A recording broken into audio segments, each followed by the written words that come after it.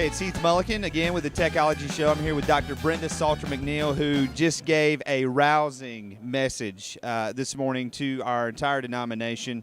And we were talking earlier, when I was in high school, I went to a lot of pep rallies, and our high school team lost every single game. So my question to you, Dr. McNeil, is how do we take this motivation in this rally today, and when we get home to our churches, turn it into positive action? Yeah, well, I had a ball preaching at this conference, and I think that this notion that we're stronger together is really a part of the answer to the question. I think that sometimes we get hyped up individually, and we start thinking, okay, I'm going to go back and do that. So what I think has to happen is that the day that we get back home, we've got to make a commitment to collaboration. I think we've got to decide, okay, who's not at the table, who needs to be at the table, and how can we begin to invite them in, not as people who we say to them, I need you to be here because we want to be diverse.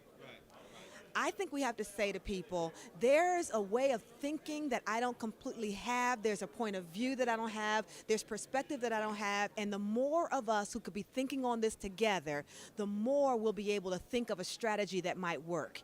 I've been doing some thinking in the business world, and Ford Motor Company came out with the Ford Taurus many years ago, and it was one of their most successful cars, but it was because they brought all different kinds of people together. They had housewives working on the car. Wow.